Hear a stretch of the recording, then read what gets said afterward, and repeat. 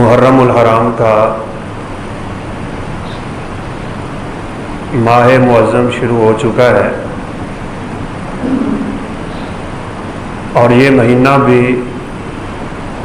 4 حرمت والے مہینوں میں سے ایک ہے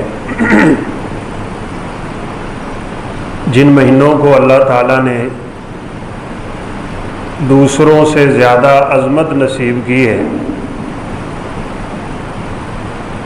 ان 4 مہینوں میں اپنے آپ کو انسان گناہوں سے زیادہ بچانے کی کوشش کرے اور اللہ اکرم الحاکمین کی فرما برداری میں زیادہ محنت اور تگ و دو کرے۔ چونکہ محرم سال کا پہلا مہینہ ہے تو ایسے موقع پہ انسان کو ایک بات ضرور سوچنی چاہیے اور وہ یہ کہ میری زندگی سے 1 سال مزید کم ہو گیا ہے۔ ہماری زندگی کے دن گنے چنے اور آپ صلی اللہ علیہ وسلم کی امت کی عمریں بھی بڑی تھوڑی۔ سنن ترمذی میں روایت ہے کہ آپ صلی اللہ علیہ وسلم کا فرمان ہے، اعمار امتی بین 60 الی 70 وقل من یجوز۔ میری امت کی عمریں 60 سے 70 سال تک ہوں گی۔ اکثر لوگ اس عمر میں رہیں گے، وقل من یجوز، اور بہت کم لوگ ہوں گے جو اس عمر کو کراس کریں گے۔ اس لیے بوڑھوں کی نسبت اس عمر کے لوگوں کی موت جلدی آ رہی ہے۔ عمریں ہماری لکھی ہوئی ہیں، اس لیے ہماری زندگی کا حقیقت میں جو دن گزرتا ہے وہ ہماری زندگی سے کم ہو جاتا ہے۔ اور ایسے موقع پہ خوش نصیب ہے وہ انسان جو اکیلے بیٹھ کے اپنی زندگی کا تھوڑا سا محاسبہ بھی کرے۔ میں کیا کرتا پھرتا ہوں، مجھے کیا کرنا چاہیے، مجھے کیا نہیں کرنا، میں کس لیے اس دنیا میں آیا تھا، کیوں مجھے رب نے بنایا اور اس دنیا میں بھیجا، اور میں نے واپس کس کے پاس جانا ہے اور وہاں کیا ہونا ہے، میں کیا کر رہا ہوں، کیا میں اپنی آخرت کی تیاری کر چکا ہوں۔ یہ عقل مند انسان کی نشانی ہے کہ وہ ایسے موقع پہ اپنا محاسبہ کرتا ہے۔ اور ایک بات یاد رکھنے والی ہے، جن لوگوں کو اپنا محاسبہ کرنے کی عادت بن جاتی ہے ان کا حساب اللہ قیامت کے دن آسان کر دیتے ہیں۔ محاسبے کا مطلب یہ ہے نا کہ رات کو سونے سے پہلے میں اپنے دن بھر کے اعمال پہ نظر دوڑا لوں، جو غلطی تھی میں رب سے معافی مانگ لوں، اور جو کوئی اچھے کام کی رب نے توفیق دی تھی میں اس رب کا شکر کر لوں، جو کمی کوتاہی ہے آئندہ سے نہ کرنے کا اپنے رب سے وعدہ کر لوں، اور پھر اس پہ انسان پوری جد و جہد سے اور پوری محنت سے اپنے آپ کو لگانے کی کوشش کرے کہ میں نے اپنے آپ کو گناہوں سے بچانا ہے۔ یہ چونکہ اسلامی سال کا آغاز ہے، محرم الحرام سے اسلامی کیلنڈر کا آغاز ہوتا ہے۔ اس وقت 2 تاریخیں دنیا پہ چلتی ہیں، ایک عیسوی اور ایک ہجری۔ ہجری کیلنڈر مسلمانوں کا امتیاز، وگرنہ ہمیں تو آج تک یہی پتہ ہے کہ 2021 چل رہا ہے،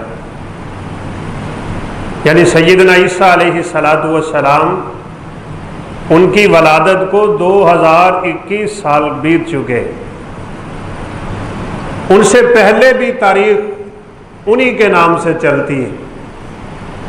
آپ کو کتابوں میں لکھا ہوا ملے گا 250 کاف میم، تو کاف میم کا مطلب ہوتا ہے قبل میلادی، یعنی یہ واقعہ عیسیٰ علیہ السلام کی پیدائش سے 250 سال پہلے کا ہے۔ یہ امتیاز اور یہ خاصہ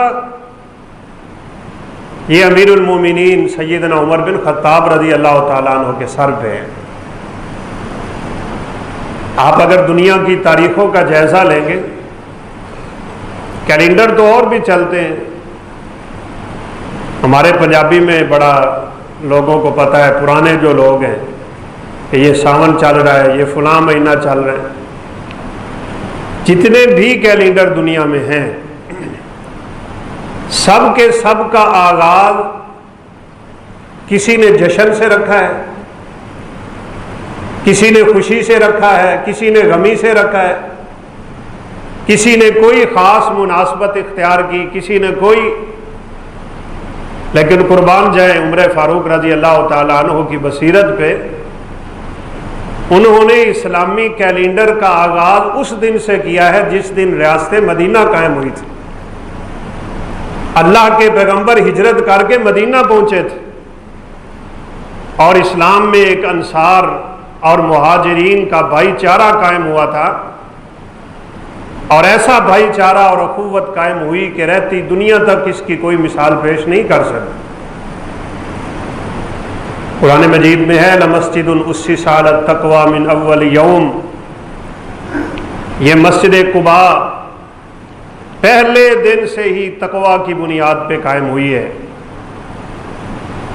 جن لوگوں کو اللہ تعالیٰ نے زیارت کا موقع دیا ہے وہ تو اس فضیلت سے فیض یاب ہو گئے کہ آپ صلی اللہ علیہ وسلم نے فرمایا جو آدمی اپنے گھر سے وضو کر کے مسجد قباء آتا ہے، 2 رکعتیں پڑھتا ہے، اللہ اسے عمرے کا ثواب نصیب فرماتے ہیں۔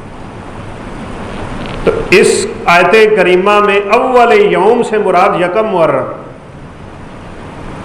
اسلامی سال کے آغاز کا پہلا دن، سب سے پہلے مسجد تعمیر کی سرور کائنات صلی اللہ علیہ وسلم نے۔ تو آج اس سال کا آغاز ہو رہا ہے، ہماری زندگی کا ایک سال بیت چکا ہے۔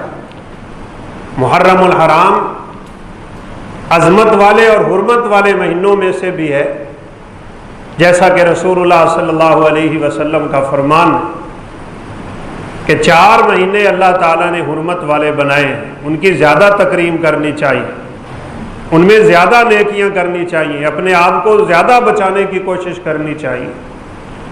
آپ نے فرمایا ثلاث متتالیات، 3 مہینے پے در پے آتے، ذوالقعدہ، ذوالحجہ اور محرم، اور ایک رجب کا مہینہ ہے۔ یہ 4 مہینے اللہ تعالیٰ نے حرمت والے بنائے ہوئے۔ اسی یکم محرم کو سیدنا عمر فاروق رضی اللہ تعالیٰ عنہ کی شہادت کا دن بھی، اور حقیقت میں جیسے میں نے پہلے اشارہ کیا کہ ہمیں اس بات کی فکر رہنی چاہیے ہمارا خاتمہ کیسے ہوگا، کیسے میری موت اچھی آ سکتی ہے، میں کیسے اپنے رب سے ملاقات کروں تو اس کے سامنے سرخرو ہو سکتا ہوں۔ سیدنا عمر فاروق رضی اللہ تعالیٰ عنہ کو خنجر لگے، حکیم نے، طبیب نے دودھ پلایا، انتڑیوں سے باہر آ، وہ فرمانے لگے امیر المومنین وصیت کر لے، اب آپ کی زندگی کے چانس ختم ہو چکے ہیں، وصیت کر لیں جو آپ نے کرنی۔ آپ رضی اللہ تعالیٰ عنہ نے اپنے بیٹے ابن عمر کو بلا لیا اور کہا ابن عمر جاؤ حذیفہ کو بلا کے لاؤ رضی اللہ تعالیٰ عنہ۔ فکر کیسی، کیوں بلاؤ حذیفہ کو؟ رازدان رسول صلی اللہ علیہ وسلم، صاحب السر کا لقب ہے اس صحابی رسول کا، آپ نے بڑی راز کی باتیں بتائی ہوئی تھی حذیفہ بن یمان رضی اللہ تعالیٰ عنہ۔ بلا کے پوچھنے لگے حذیفہ میں نے تجھ سے ایک بات پوچھنی ہے، تجھ سے رسول اللہ صلی اللہ علیہ وسلم نے بڑے راز و نیاز کی باتیں کی ہوئی، میں تجھ سے ایک راز کی بات پوچھنے لگا ہوں۔ تو وہ فرمانے لگے امیر المومنین بہتر ہے آپ مجھ سے یہ سوال نہ کریں، وہ جو اللہ کے رسول کا راز ہے وہ راز ہی رہنے دے۔ کہا نہیں، مجھے اپنی فکر ہے، میں تجھ سے پوچھنا یہ چاہتا ہوں کہ تجھے اللہ کے پیغمبر نے سارے منافقوں کے نام بتا دیے تھے، کون کون منافق ہے مدینہ میں، بس اور مجھے کچھ نہ بتا، اتنا بتا دے کہ میرے پیغمبر نے میرا نام منافقوں میں تو نہیں لیا تھا۔ کیسا تقویٰ ہے، کیسی پرہیزگاری ہے، کیسا خوف خدا ہے، اللہ کے پیغمبر کی جانشینی کا لقب ملا ہوا ہے، اور سرور کائنات کی زبان اطہر سے کئی دفعہ جنت کی بشارت ملی ہوئی ہے، لیکن ایمان کی اتنی فکر ہے، اور اللہ حکم الحاکمین کے سامنے کھڑے ہونے کا اتنا خوف۔ کہاں بس ایک بات مجھے بتا دو کہ رسول کائنات صلی اللہ علیہ وسلم نے میرا نام تو منافقوں میں نہیں لیا تھا۔ اب یہ نہیں ہے کہ کوئی دکھلاوا ہو رہا ہے جیسے آج کل لوگوں کا حال ہے، وہ دل سے اٹھ رہی تھی باتیں۔ کہا امیر المومنین مجھے قسم ہے پیدا کرنے والے کی، آپ مجھے مجبور نہ کرتے، میں کبھی زبان نہ کھولتا، میں نے سرور کائنات کے راز آج تک کسی کو بتائے ہی نہیں ہیں، لیکن اب آپ کا اس دنیا سے جانے کا وقت ہے، میں صرف آپ کو اتنا بتا دیتا ہوں کہ آپ کا نام سرور کائنات نے منافقوں میں نہیں لیا۔ آنکھوں سے آنسو آ گئے، وہ خوشی کے ہوں گے یار۔ کہا بس اب ایک ہی تمنا باقی ہے عمر کی، اور وہ بات میں نے پچھلے جمعہ میں بھی اشارے میں کہہ دی تھی۔ کہا ابن عمر اب میری آخری تڑپ ہے، اگر میرا رب پیدا کر دے مجھے سرور کائنات اور ابو بکر کے پڑوس میں قبر کے لیے جگہ چاہیے۔ جاؤ اپنی ماں عائشہ کے پاس اور ان سے پوچھو کہ امیر المومنین عمر بن خطاب رضی اللہ تعالیٰ عنہ اپنے پیغمبر اور اپنے ساتھی ابو بکر صدیق کے ساتھ دفن ہونے کی اجازت مانگ رہے ہیں، اور امیر المومنین تو میری زبان سے ویسے نکلی، انہوں نے منع کیا تھا، کہا یہ مت کہنا امیر المومنین کہہ رہے ہیں، انہیں کہنا عمر بن خطاب پوچھ رہے ہیں مجھے دفن ہونے کی اجازت۔ بھائیو باتیں یہ ہیں، ہمیں ان صحابہ کی سیرتوں سے بہت کچھ سیکھنے کو ملتا ہے، بڑے اسباق ملتے ہیں زندگی کے پل پل میں، اللہ نے ہمارے لیے ان کا اسوہ بنا چھوڑا ہے۔ سیکھیں، ہم ان کی ہستیوں سے سیکھیں، مطالعہ کیا کریں، پڑھا کریں صحابہ کرام رضوان اللہ علیہ مجمعین کے حالات، صحابیات مبشرات کے حالات کو پڑھیں۔ میرا خیال ہے اس سے بڑھ کے کوئی تمنا تو شاید اماں جی عائشہ کی بھی نہ ہو۔ دستک دی، اجازت لی، کہا ماں جی عمر فاروق آپ سے یہاں دفن ہونے کی اجازت مانگ رہے ہیں۔ کہا ابن عمر سچ پوچھتے ہو تو میری زندگی کی سب سے بڑی خواہش یہ تھی کہ میں اپنے خامد اور اپنے باپ کے ساتھ دفن ہو جاؤں۔ اس کی ایک اور بھی بہت بڑی وجہ ہو سکتی ہے، آپ صلی اللہ علیہ وسلم نے فرمایا قیامت کے دن سب سے پہلے میری قبر کھلے گی، سب سے پہلے رب مجھے اٹھائے گا، اور میں اپنے ساتھ والے دو لوگوں کی قبروں سے ان کا ہاتھ پکڑ کے ان کو اٹھا لوں۔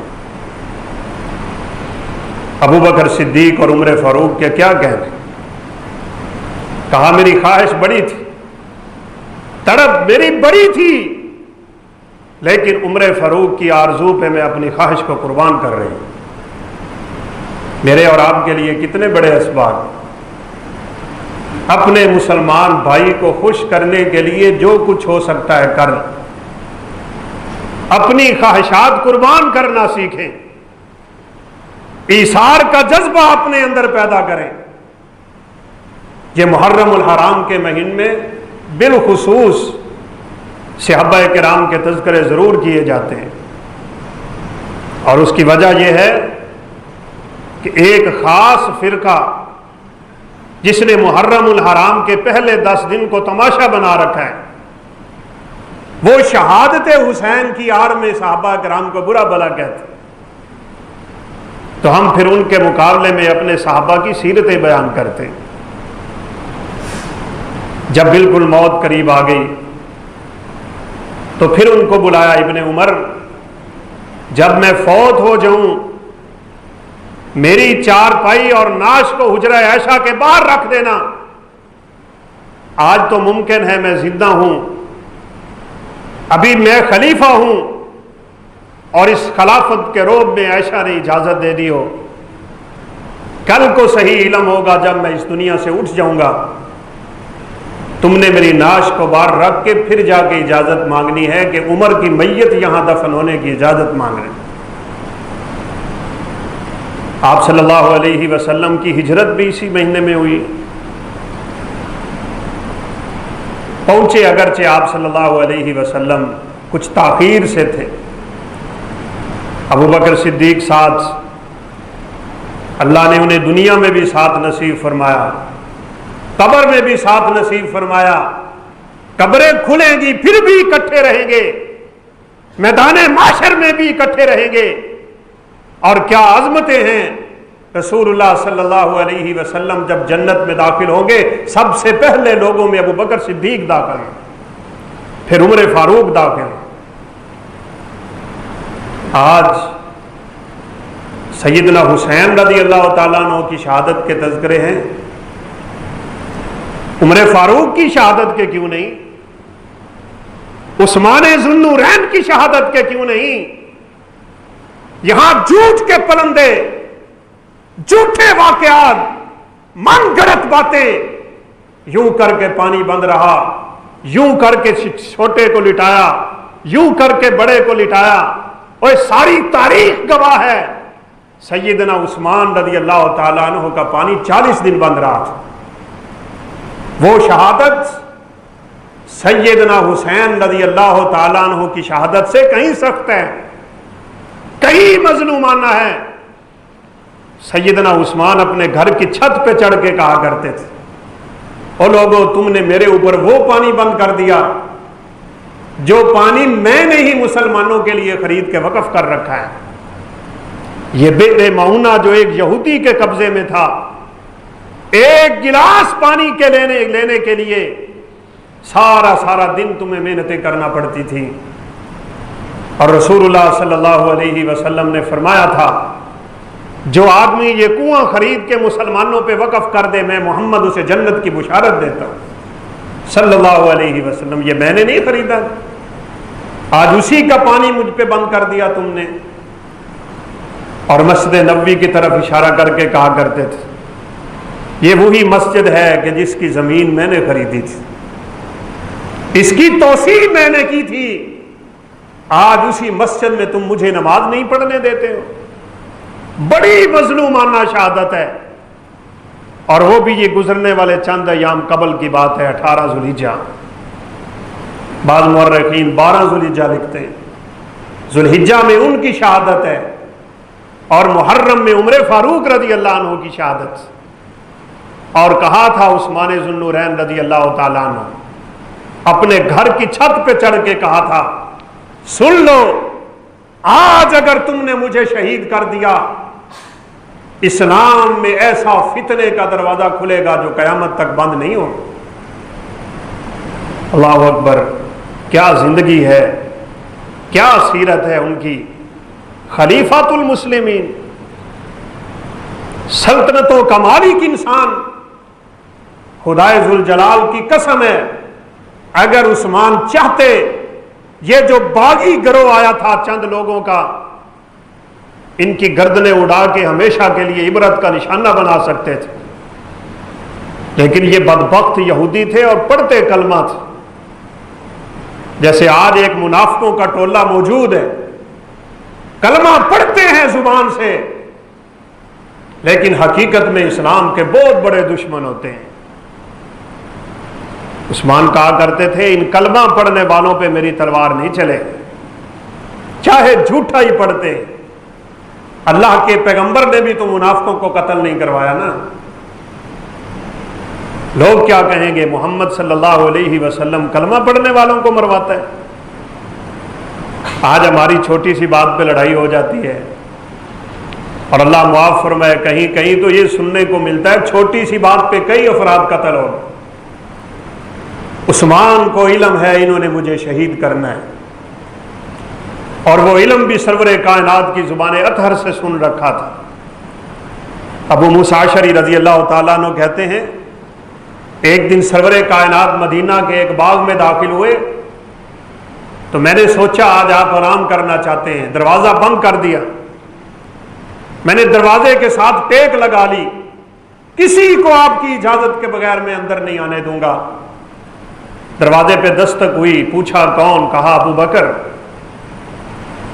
حدیثوں میں تو جہاں پڑھیں سب سے پہلے آپ کا نام ہے، پھر ابو بکر کا نام ہے، پھر عمر کا نام ہے، پھر عثمان کا نام ہے۔ یہ فضیلتیں ہیں جو اللہ نے عطا کر دی، ان کو کوئی نہیں پہنچ سکتا۔ کہا ابو بکر علی رسلک، آپ ٹھہرے ذرا، میں پیغمبر زمان سے اجازت لے کے آتا ہوں صلی اللہ علیہ وسلم۔ اجازت دی، فرمایا ابو موسیٰ دروازہ کھول دو، ابو بکر صدیق کو اندر آنے کی اجازت بھی دو اور انہیں یہ جنت کی بشارت بھی دے دو کہ سرور کائنات آپ کے لیے جنت کی خوشخبری سنا رہے ہیں۔ عمر فاروق آئے، پھر بھی ایسا ہوا، کہا آپ ٹھہرے میں پوچھ کے آتا ہوں۔ تیسرے نمبر پہ عثمان ذو النورین آ گئے، یہ پتہ نہیں کہاں سے نکل آیا علی دا پہلا نمبر۔ ان بدبختوں نے نا رب کی قسم ہماری بھی مت مار دی، تاریخ ساری کی ساری پلٹ کے رکھ دی انہوں نے، اور سن سن کے اور سنا سنا کے ہمارے دماغوں کی کھڑکیاں بھی انہوں نے بند کر دی۔ آج کتنے مسلمان کہتے ہیں محرم میں شادی نہیں کرنی چاہیے، محرم میں خوشی نہیں کرنی چاہیے، محرم میں یہ نہیں ہونا چاہیے۔ کس نے کہا نہیں ہونا چاہیے؟ حسین رضی اللہ تعالیٰ عنہ کی شہادت، شہید تو اللہ کے ہاں مقام پاتا ہے، شہیدوں کی مائیں تو خوش ہوا کرتی تھیں، شہید تو ہمیشہ کے لیے زندہ ہو جاتے ہیں، باقی تو بڑے سے بڑا مٹی میں دفن ہو جاتا ہے۔ مومن شہادتوں کا غم نہیں منایا کرتے، یہ تو سن سنا کے ہم نے بھی اپنے اوپر تصور کر لیا، اور یقین مانے بہت حیرت ہوتی ہے۔ یہ ذوالحجہ کا مہینہ گزرا ہے، اس کے پہلے عشرے کی اتنی فضیلت ہے، اتنی فضیلت ہے کہ سال بھر کے دن ان 10 دنوں کا مقابلہ نہیں کر سکتے، ان کا کسی کو پتہ ہی نہیں۔ اسی طرح گانے لگے ہوئے ہیں، اسی طرح بدماشیاں ہو رہی ہیں، اسی طرح سارے کام ہو رہے ہیں، لیکن محرم کے داخل ہوتے ہی جناب ٹیپیں بند ہوگی۔ ٹھیک ہے، اچھا قدم ہے، لیکن صرف محرم میں کیوں؟ اور ہمیں بات یہ بھی آج تک سمجھ نہیں آئی کہ حسین رضی اللہ تعالیٰ عنہ کی شہادت تو 10 محرم کو ہے، ماتم یکم کو کیوں شروع ہو جاتا ہے؟ یہ کہیں عمر فاروق کے اسلامی کیلنڈر سے مقابلہ تو نہیں ہو رہا؟ اور یقین مانے میں تو اپنے علم کے مطابق بات کرتا ہوں، اللہ کمی بیشی معاف فرما دے، یہ غم حسین میں نہیں روتے، یہ غم حسین میں ماتم نہیں کرتے، ان کے ماتم کا رب ذوالجلال کی قسم ہے ایک سب سے بڑی وجہ ہے، اور وہ وجہ یہ ہے کہ انہوں نے حضرت حسین کو خود شہید کیا تھا۔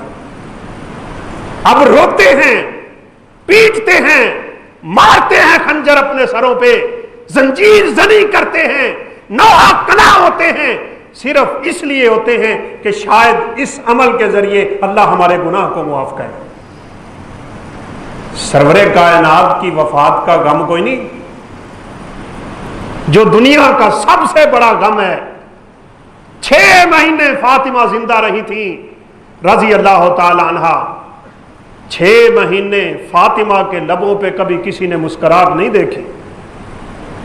اور جب لوگ دفن کر کے آئے تھے نا رسول اللہ صلی اللہ علیہ وسلم، تو فاطمہ نے کہا تھا لوگو تمہاری ہمت کیسے ہوئی، تمہاری جرت کیسے ہوئی کہ تم نے میرے باپ کے چہرے پہ مٹی ڈال دی. کہا ابا آپ کے دنیا سے جانے کا غم اپنی جگہ، ایک اور بڑا غم ہے کہ آج کے بعد جبریل دنیا میں نہیں آئے گا، رب کا قرآن بھی بند ہوا، کلام اللہ بھی آج کے بعد منقطع ہو جائے گا. کہا کرتی تھی لوگوں اگر میں اپنے بابا کا غم اس دنیا کے دنوں کے اوپر ڈال دوں نا، یہ دن جو چمک رہا ہے تو اتنا بڑا غم ہے کہ اللہ ان دنوں کو بھی راتوں میں تبدیل کر دے، اندھیرے چھا جائیں گے. تو سرور کائنات کا تو کوئی غم نہیں ہے، بلکہ ہمارے بعض ناسمجھ لوگوں نے اس دن بھی ماشاءاللہ خوشی منانا شروع کر دی. یہ کیسی شیطانیت در آئی ان لوگوں کے اندر.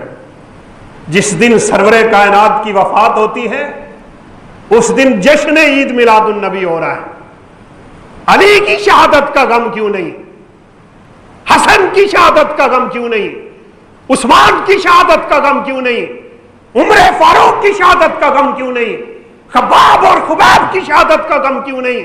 عمار اور یاسر کی شہادت بڑی المناک تھی، اس قدر شہادتیں دی ان لوگوں نے. رب کعبہ کی قسم ہے وہ اسلام کی ابتدا میں اپنے جسموں کے ٹکڑے کروا چکے تھے، قسمیں کھا کے کہتے تھے میری 100 جانیں ہوتی میں 100 کی 100 رب کے رستے میں قربان کرتا، مجھے یہ گوارا نہ ہوتا کہ میرے سرور کائنات کے پاؤں میں کانٹا بھی چبھ جائے.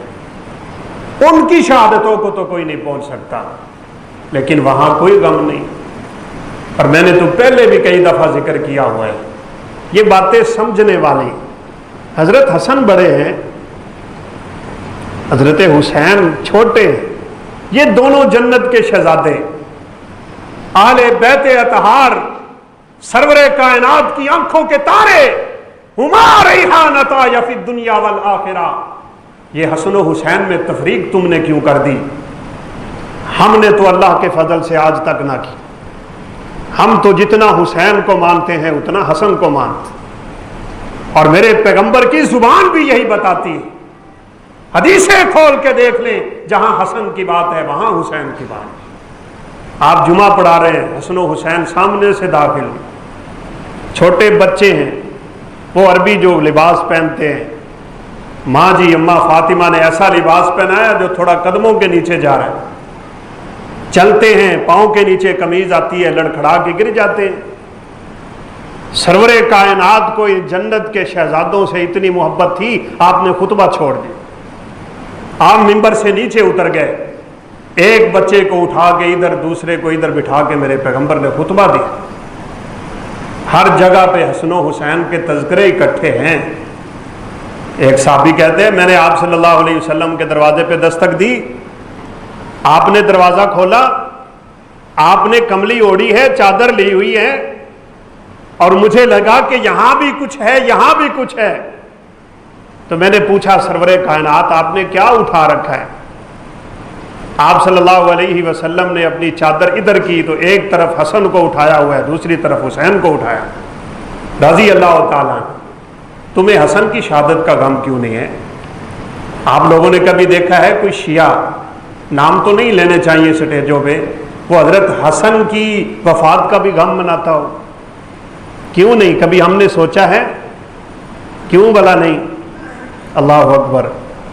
آپ صلی اللہ علیہ وسلم نے حضرت حسن کا ہاتھ پکڑ لیا تھا، ہاتھ پکڑ کے آپ نے فرمایا ان ابنی ھذا سید، یہ میرا بیٹا سردار ہے، لعل اللہ یصلح بہ بین فئتین عظیمتین من المسلمین، میرے اس بیٹے کے ہاتھ پہ اللہ 2 مسلمانوں کی بڑی جماعت کی صلح کروا دے گا.